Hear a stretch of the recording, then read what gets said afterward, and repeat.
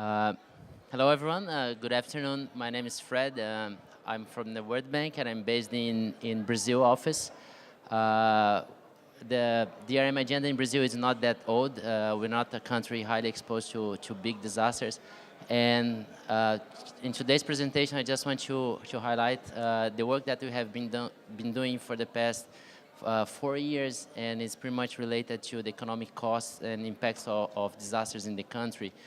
We do not have massive problems with human deaths, apart from very few events that we have in Brazil. But basically, I'd like to start with saying that in Brazil, we just got to the point that economic disaster no longer a prophecy, but a reality. And the World Bank has been helping quite a lot the Brazilian authorities to understand the scope and the scale of the issues in Brazil.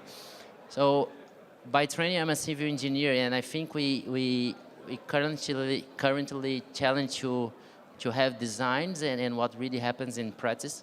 So it's understandable that sometimes what we design and how we reproduce the policies are actually not the reality. So we can invest quite a lot of money into development, and we can invest quite a lot in design, but this is not going to be actually functioning the way that we want. The local context, I don't know if many of you are familiar with Brazil, but it's a country that there was a general sense that we're not highly impacted by disaster, as I said in the beginning. So we're not actually exposed to a big volcano or earthquakes or large events like that. So before, like early in the years of 2000, there was this general consensus of the country not being affected by disasters.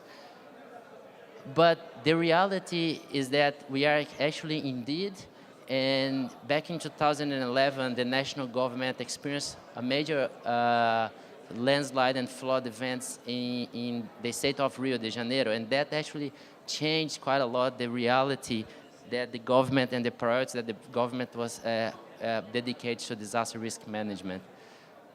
So if you look on the figure on the left-hand side, we have the total number of disasters recorded in Brazil, and not different than the rest of the world, we have actually the increasing number of disasters in Brazil.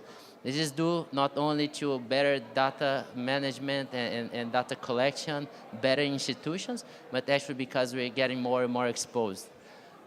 The graph on the right-hand side shows the increase in the number of proportion of disasters in the 90s. So you have the red on the left and the light red on your right. So you have actually from the 90s to the 2000s a huge increase on disaster occurrence. So, and here you have the differences in the different type of events. So this is one of the jokes that recently the major disaster we had in Brazil was actually the World Cup.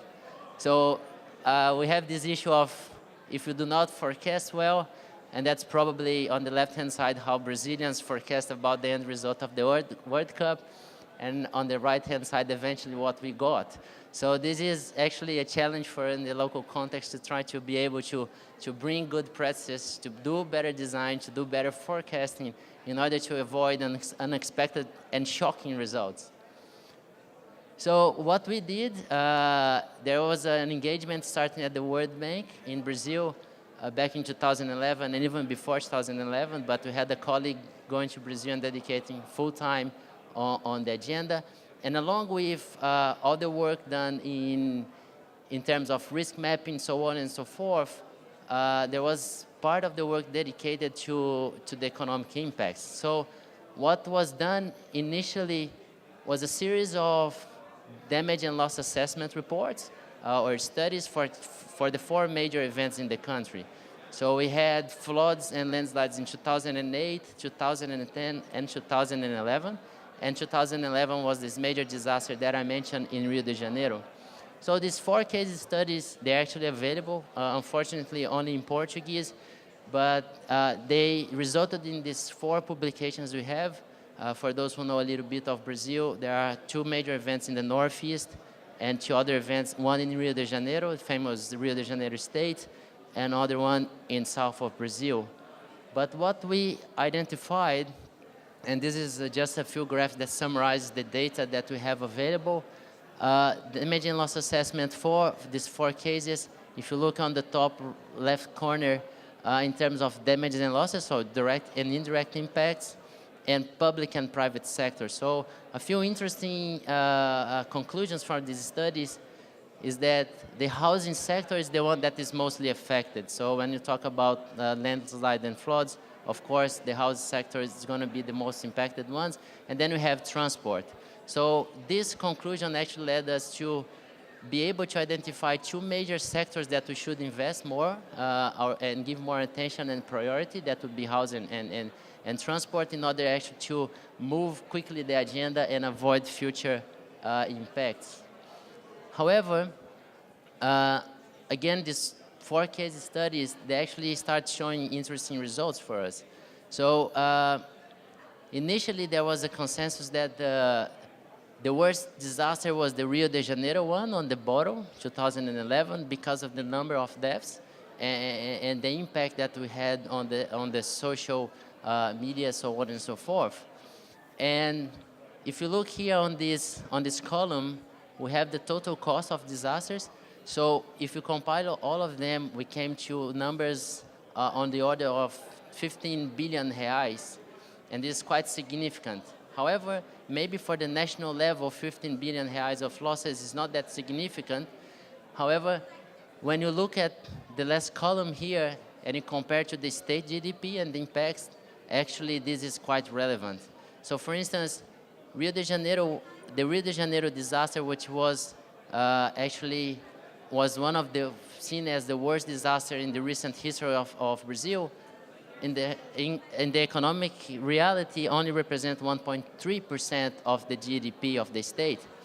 When a disaster in Alagoas state, which is a very, very poor state and one of the most poor states, we had losses of the order of almost 9% of the state GDP. So these studies, they start opening the doors for us to have a broader discussion at the national and the subnational level, at the national and state level, and bring this economic perspective of disasters. This study has led us to the development of another initiative that was released late last year in November, and that's a more broad understanding of how disaster risk finance and insurance tools and methods could be applied in Brazil. So this study was launched last November. It's available, and I brought a few copies in English, so we have it both in Portuguese and in English. But quite interesting results from the study is that when you try to have this more strategic dialogue with the national government and looking from the experiences that we got from the damage and loss assessment. So if you look at the light blue column, this is how the government actually prepare financially for disaster. So the initial allocation of resources on the national level using data that we had available and public available in Brazil shows that the government actually did not give much attention to disasters. So in the budgetary sense. So basically, the government would not allocate much resources every year for disasters, for response, for recovery and reconstruction.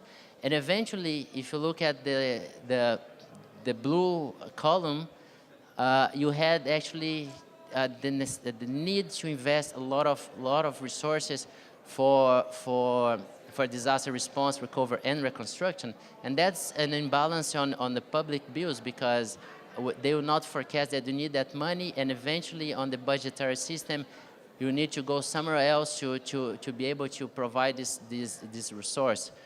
However, if you look at the red line, it shows the comparison between initial and final allocation. So remember that we spoke about a big event in 2008, 2010, and 2011. So Rio de Janeiro, which is the most significant one, was 2011. And again, you have this big problem of initial allocation and final allocation. just in conclusion, up to that point, and before this study, as I told you in the beginning, we had this sense that Brazil is not highly exposed to disaster. And these are the expected losses that the study allows us to come up with. And my question in Brazil, before showing this graph, is have you heard about a country called Indonesia, and how exposed and how bad is Indonesia in terms of natural disasters? And people would agree, you know, that's a highly exposed country. But if you look at the curve produced for Indonesia, as well as from other studies in the World Bank, which is the blue one here on the bottom, and you compare to Brazil, you actually see that Brazil is much more exposed to economic impacts of disasters than Indonesia. Not because we're exposed to bigger events like an earthquake or volcanic eruption, but because we have more exposure in terms of assets, infrastructure, so on and so forth. So the whole point of showing this graph to Brazilian authorities is that if the Brazilian authorities and the local people and the local communities agree that Indonesia is a country that actually you have to invest quite a lot in disaster risk reduction, Brazil might be in a worse scenario ever compared to Indonesia if you look from this economic perspective. So with information like that, the damage and loss assessment and the DRFI study, we opened in a new avenue of dialogue with national and subnational governments because of how exposed Brazil is to natural disasters. So it's a growing agenda. The World Bank is playing a key role in trying to bring these international experiences and all this information and methodologies to the country, and hopefully we're going to evolve much more in the future. Finally, just like looking at future trends, and I think that's pretty much a heads up for us as a DRM community, we do have evolved quite a lot in the past 10 years. There are big challenges, but whenever we have a panel discussion or a high-level discussion, we always hear in the word increasing. You have increasing number of disasters, increasing cost of disaster, increasing exposure, increasing urbanization. And that's not only for Brazil. And I think for the next 10 or 15 years, we should be dedicating much more in trying to understand these challenges and evolve this. So I think we have done some great work for the past 10 years, but looking after the next few years. These are the contexts in the World Bank. Those are my contexts, but we do have a bigger agenda, and we have colleagues from DC and everywhere in the bank helping us in Brazil. Thank you very much, guys. Thank you very much.